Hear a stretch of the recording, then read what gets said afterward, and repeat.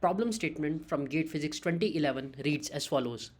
In the following circuit, the voltage across and the current through the 2 kilo ohm resistance are. We have been given a circuit diagram with a few resistors and a couple of Zener diodes and the power supply, and we are required to find the voltage across this resistor, let's call this V out, and the current through this 2 kilo ohm resistor. This is a multiple choice question with only one correct answer, and we'll try to find the correct one.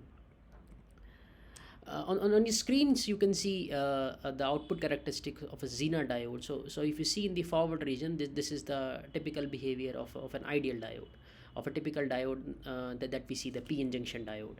So on the forward side, Zener diode behaves like a typical p-n junction diode, and this is the curve that you see. However, on the reverse side, usually we are encountered that we only a small amount of current flows in a p-n junction diode. Same is true for a Zener diode. However, after a certain voltage, you can see this voltage in this case is minus Vz. Minus denotes it in the negative direction. It's a reverse bias. After a certain bias, the device breaks down. So it breaks down, and you can see it can support a large amount of current. The current increases very rapidly, although the voltage does not change appreciably. It almost remains the same at minus Vz. Hence, this property of a Zener diode can be utilized to apply it in the circuits where we need voltage regulation. So in other words, a Zener diode in reverse bias is a voltage regulator. This is fairly common application of a Zener diode, and that's what we are going to do. Here. But note that this application will work only when you have entered the breakdown region. This means you have crossed this minus Vz point. All right. So let's take this information with us and try to solve the problem. Now this is the problem that is given to us, and we are required to find this voltage V out, and let's say the current flowing through this 2 kilo ohm resistor is I out. So we need to find these two quantities, and let's assume this to be the ground, and I have also labeled these transistors D1 and D2. Now if you carefully see, D2 is reverse biased. How do I say that? This is the P side of D2, this is the N side of D2. P side is connected to ground, right?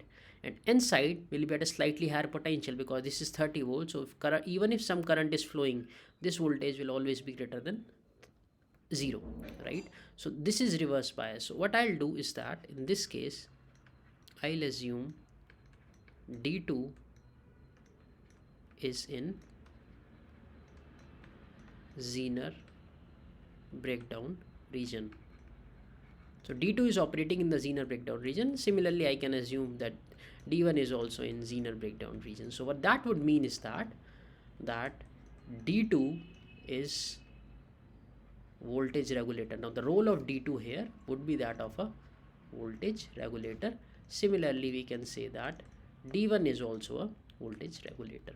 Now this is a voltage regulator, then this would mean that the potential for this node will be fixed at 10 volts, because the voltage we saw in the last slide, the voltage of a once you have entered the breakdown, the voltage does not change, the current may increase, right? So we can quickly see now that V out would be 10 minus 0, which is 10 volts.